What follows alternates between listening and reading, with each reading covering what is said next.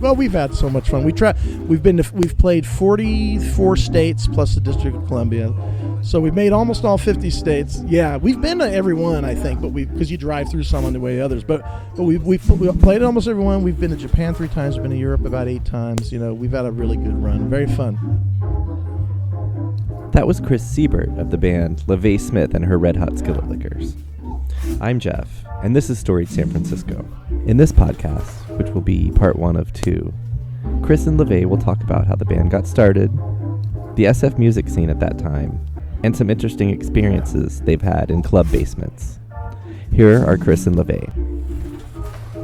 So I was kind of spinning my wheels, figuring out what I was going to do. I was waiting tables in the marina and collecting old jazz records, and this was on vinyl, not CD. And I lived across the street from Jack's Record Cellar, which is on Scott Street between Haight and Page, and they're still there. They're only open 1 or 2 days a week, and it's just this treasure trove of old records, especially 70, you know the place, 78 RPM records and everything. So I was buying records there and kind of learning a lot about old blues and jazz, and it was a passion of mine, you know, and playing a little bit of piano, but not professionally. I was sneaking into Hastings School of Law and playing there on their piano all the time. So I was walking in the Upper Haight. I was living in the Lower Haight. I was walking in the Upper Haight, and I heard a guy playing some incredible ragtime guitar, and I was very impressed, and he sounded just like a lot of these old records I was buying. He was outside in the street busking, yeah, and we started talking. We hit it off. Very nice guy, and I told him I play piano, and he said, well, do you have a keyboard or something? I said, well, I got this thing called a melodica, you know, which you blow into. You know, I just happened to have one. That's all I had. I didn't have a keyboard or piano or anything else. That's why I was going to Hastings School of Law to play. And he said, well, bring it up here. And I did. And he liked what I did. I played with him. He liked what I did. And he invited me to his gig at this place called the Blue Lamp, which is on Geary Street. It was a tenderloin dive full of tenderloin, you know, people. The people inside who went there call it a bucket of blood, which is an old word for that was an old word for a kind of a rough bar, you know. And so I started playing there with these. Well, he asked me to come and play with his blues band. I did. They liked me and they hired me. It was kind of shocking. I had no intention of going into music. Made almost no playing. They had a keyboard in there, so I played the keyboard. We got paid very little, but we got all the beer we could drink, and that kind of impressed me. I didn't know that was a possibility, so I was kind of sold. And some 3 months later, that guy, that guitar player, walks in with this very cute singer who comes up and sings with the band, and automatically the audience has forgotten that we exist and has fallen in love with her, including what I would call sort of normal civilian people and also all the tenderloin crazies. You know, they just loved her, and she got a gig right away. That was Lavay, of course. They gave her a gig right away, and we were her backup band. That's how the whole thing started. So that was the beginnings of it. And then, you know, we played like a really wide variety of places. And I would say San Francisco, in those days, you had the remnants of this kind of golden era of jazz and blues music were still around. So, exactly right, late 80s, early 90s. So there were still a lot of people around who had played here in the 40s and 50s, you know. And we slowly started to get to know these older guys, you know. And they were around, and they were actually available to do gigs because people had kind of forgotten about them. Guys who had played with Duke Ellington and Lionel Hampton and Benny Goodman and Quincy Jones, and they all joined our band. We hired them, and so we never went to music school, but we decided to turn our band into our music school, and we and some of the other younger players all learned at the feet of these older players, and they were actually quite well known. They were legends around here in the jazz scene. We didn't really know it at the time. They were just these cool old guys. So some of them would win like the San Francisco Beacon Award, which is what the SF Jazz Festival gives out every year, lifetime achievement thing, you know. That level of player and stuff. And that kind of put us on the map in an interesting way because all of a sudden the swing scene popped up. It's the mid-'90s. And most of those bands were kids who had been in punk rock bands, which was cool. But they were playing a certain type of music which really wasn't jazz. It was almost like rock music with a jazz flavor on top.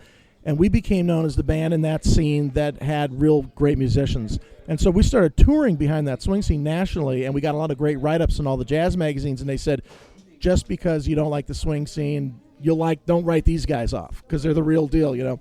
And that was sort of how we got out on the national scene and toured for 20 years, you know. But before that happened, there were some pretty rough spots.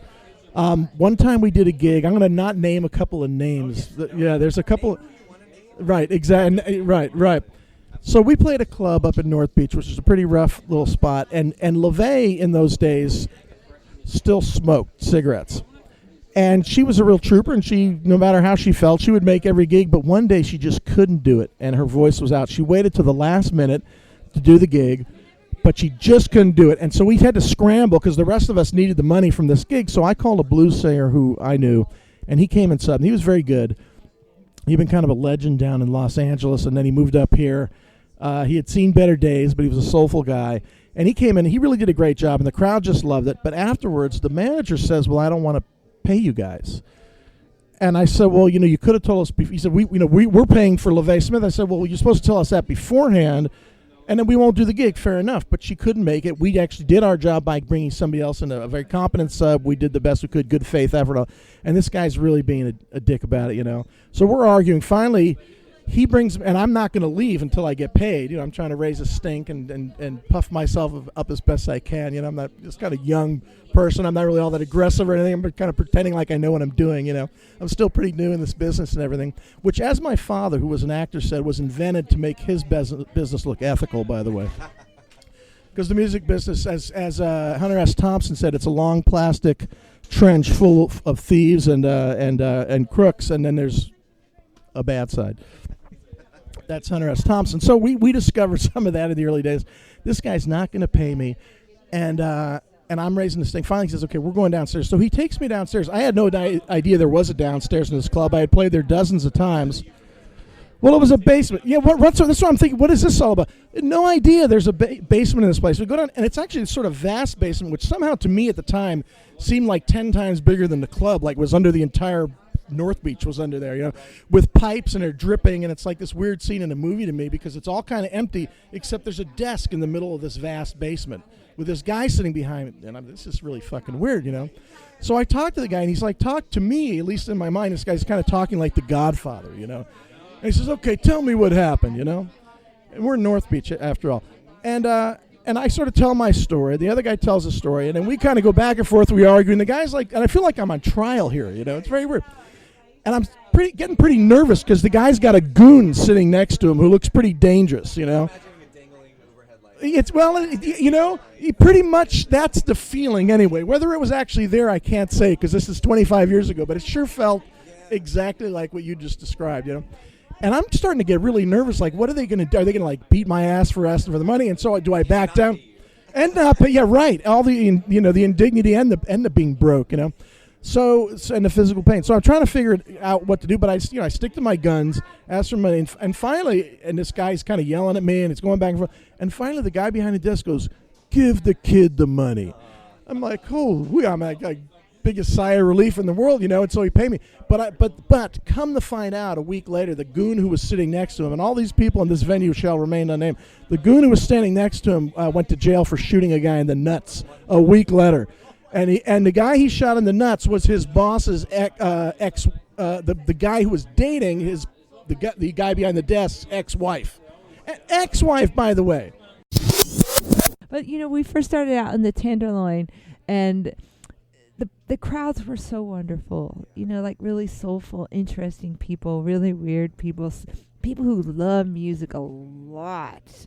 They didn't have time for this and that. They needed some healing and some good times. So we met a lot of beautiful people there. And then when our band started to get other gigs, like in the Paradise Lounge, these people would follow us there, and they would always get kicked out right away. Just like Bobby. Yeah, my friend Bobby, he comes in. He's like 60 years old. My name is Bobby Berry. I wrote Les Mis. That's my play. I love you. Play St. Louis Blues. And so he followed us down there, and he had real fast hands. He was a little pickpocket, stealing money off the change. Just adorable. He got kicked out. Then this other Irish woman, another Irish person, but her name was Katie. And she would party her ass off. She used to sell hot dogs at Candlestick. Real big woman. And so she came down to the Paradise Lounge and started doing what she did at the Blue Lamp, taking off her clothes, stripping down to her big beige bra. And she was like about, 50-something, who knows, big lady. And, she took it down. She got wild, and she had a little tattoo on her inner thigh. She put her leg up on this, pointing it at. pointing at it, and she got kicked out of there too, man. You know, all the hipsters back then, they couldn't handle all the real cool shit, man. And the mob was in a lot of clubs. I can't say back in those days. Now, by then it was. But a lot of the older guys we worked with said for sure they worked in plenty of clubs where there was a mob influence. That's a good question. I can't say for sure. I would, or has it? I would have thought a long time ago myself, but I really don't know. A lot of the older guys would do gigs playing in strip joints. They actually had live music in the strip joints in the 40s and 50s. So guys in our band, that was a way you would make money. And it would always be like a keyboard player, a drummer, and a sax player. And there's no bass, which is strange. A keyboard player is expected to do that. Could be a piano or an organ, And there's one funny story around that, which is a guy that we used to work with named Hal Stein, who's a very legendary guy. He's in Leonard Feather's Encyclopedia of Jazz. He was a New York guy, and then he moved out here and kind of fell off the map of the national scene, but he was a legend around here, and he was in our band for a while. He did a strip joint gig, and he sent in a very famous saxophone player named Lee Konitz, who was famous for being on Miles Davis' The Birth of the Cool. So very cool, laid-back jazz, not exciting, basically not what you'd expect in a strip joint. But he sent this guy in as a sub one time because he couldn't make it. So, of course, the next time he comes back and he says, how did he do? And the girls are like, don't ever send that guy back in again. We couldn't bump and grind him to save our butt, His name was Leaky Notes, and the great local piano player, Lee Konitz, and the great local piano player, Al Plank, used to call him Leaky Notes. Yeah.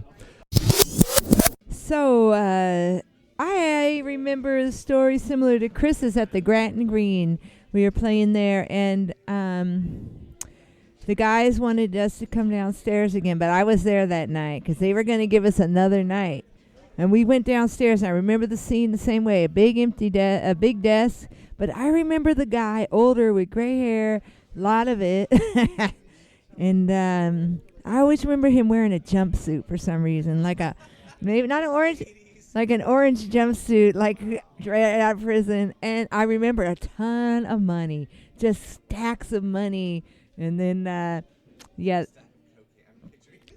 probably, yeah. To go with this jumpsuit in the couch.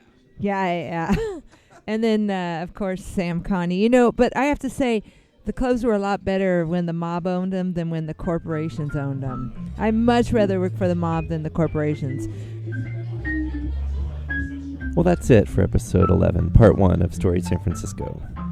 Please follow us on Twitter and Instagram @StoriedSF. We're on Facebook @Storied San Francisco. The website is storiedsf.com, and our email is storiedsf@gmail.com. The music for these episodes is by Chris and Lavay, who do regular gigs at Royal Cuckoo every Sunday night. The full band, Lavay Smith and her Red Hot Skillet Lickers, plays around town all the time. So visit their website, lavaysmith.com, for more information. Thanks for listening. Check back Thursday to hear more stories and a live song by Chris and Lavay.